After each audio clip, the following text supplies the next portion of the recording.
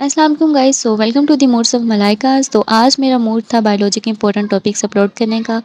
Here I है। अभी time बहुत कम रह गया पेपर में, और अगर आप सिर्फ यही टॉपिक्स कवर कर लेंगे तो इंशाल्लाह आपके 70+ नंबर्स आ जाएंगे। बिकॉज मैं भी अभी सिर्फ यही करने वाली हूँ और तैयारी अभी ओके ओके ही है। सबसे पहले आता है स्वेल्विंग एंड पेरिस्टालसिस। ये पूरा आपने कर लेना है, ठीक है। पेंसिल उठा लें, साथ साथ मार्क करते जाएं। एंड उसके बाद स्टमक की बात करें तो इसके अंदर आपको मैकेनिकल एंड केमिकल डाइजेशन ये लाजमी आनी चाहिए। जितनी भी इसकी डिटेल है ना, ये आपको लाजमी आनी चाहिए। Mechanical and chemical digestion in stomach, okay. Small intestine की बात करें तो इसके अंदर आपको digestion and absorption in small intestine, इसके भी डाइजेशन जितने भी एंजाइम्स वगैरह हैं वो सारी करने हैं। अब्जॉर्प्शन में विलाई का स्ट्रक्चर करना है, और जितने भी ये कार्बोहाइड्रेट्स फैट्स वगैरह है ये सारा आपने कवर करना है। लार्ज इंटेस्टाइन एज सच इसके नाम आप याद कर लें, बाकी रोल ऑफ लिवर नहीं छोड़ना। ये काफ़ी ज़्यादा हैं, इसके अंदर तकरीबन आप कर सकते हैं 6-7 याद कर लें, बहुत है। इसमें जो pancreas as an exocrine gland है ये इंपॉर्टेंट है।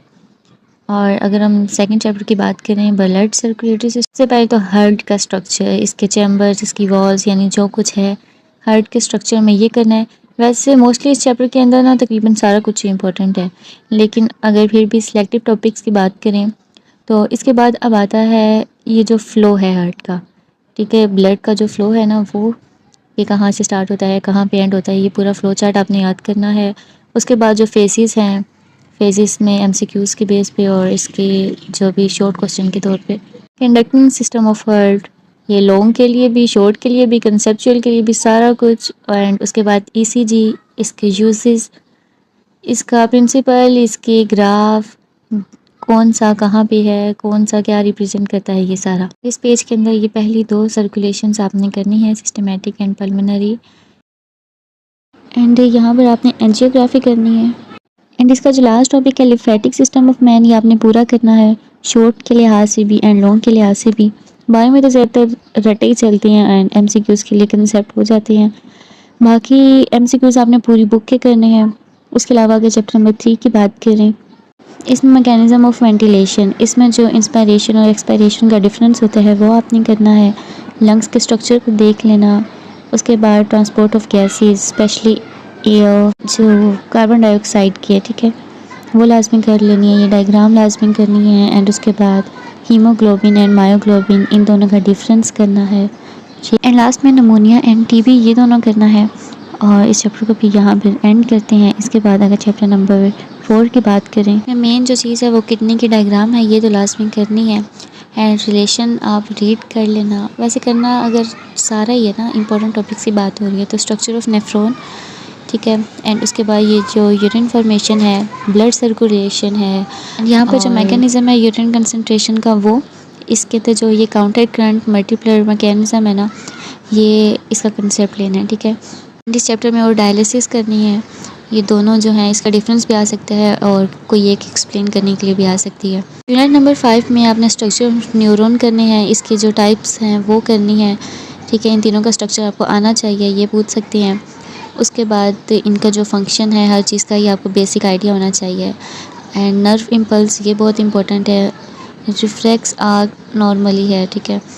एंड उसके बाद साइनेप्स, ये पूरा करना है। इसकी डायग्राम, इसका स्ट्रक्चर, इसका मैकेनिज़्म, कैसे ट्रांसफ़र होते हैं, वो सारी चीज़। एंड यहाँ पर जो ब्रेन वाला टॉपिक है ये करना है। इसमें मेन आपने फोर ब्रेन और हाइड ब्रेन पर ध्यान देना है।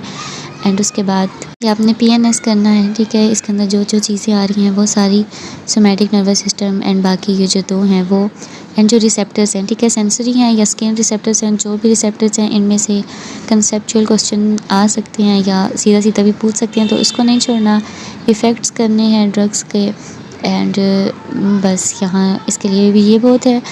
यूनिट नंबर 6 के अंदर हम बात करें तो केमिकल नेचर ऑफ हार्मोन, ठीक है। यहाँ आपने दोनों 3, 4, 5 जो भी ये सारा करना है। पिट्यूटरी ग्लैंड करना है। एंड फिर इसके ये दोनों लूप्स जो हैं वो पेनक्रियास कर लो लाजमी। उसके बाद एड्रीनल ग्लैंड्स, और ये पूरा टेबल आपने किसी भी सूरत में नहीं छोड़ना, ये लाजमी करना ही करना है, ठीक है। यानी आप देख लो कि इसका क्या फंक्शन है। एंड उसके बाद न्यूरो सेक्रेटरी रोल, ये करना है। एंड फीडबैक मैकेनिज़्म में पॉजिटिव पर आप ज़्यादा ध्यान दे दें, नेगेटिव छोड़ सकते हैं, या नहीं तो आप पॉजिटिव और नेगेटिव का डिफरेंस पढ़ लें, आपको क्लियर हो जाएगा। स्केलेटल सिस्टम की बात करें तो इसके अंदर यहाँ पर जॉइंट्स एंड इसकी टाइप्स, जितनी भी इसकी टाइप्स हैं वो सारी करनी है। डिसऑर्डर्स ऑफ स्केलेटन ये करनी है एंड उसके बाद बोन रिपेयर करना है। इसकी जो ये डायग्राम्स को आप लाजमी देख लेना एंड इंजरीज़ को छोड़ सकते हैं। एंड उसके बाद ultra structure of skeletal muscle, ये इंपॉर्टेंट है। इसके ऊपर जो कंपैरिजन टेबल है इसको रीड कर लेना, ठीक है। मसल कंट्रैक्शन ये बहुत इंपॉर्टेंट है, डायग्राम इसकी आनी चाहिए। एंड उसके बाद ये जो एंटेगनिस्ट अरेंजमेंट है, अब पढ़ने भी नहीं हो रहा खैर, ये सारा कुछ करना है and that's it. So that's it. अभी मैंने 7 चैप्टर के आपको बताए हैं एंड रिमेनिंग चैप्टर के फिर मैं नेक्स्ट वीडियो में अपलोड कर दूँगी। अगर आपने स्क्रीनशॉट लेना है, इन टॉपिक्स को एट अ टाइम एक साथ देखना है तो I will show you something.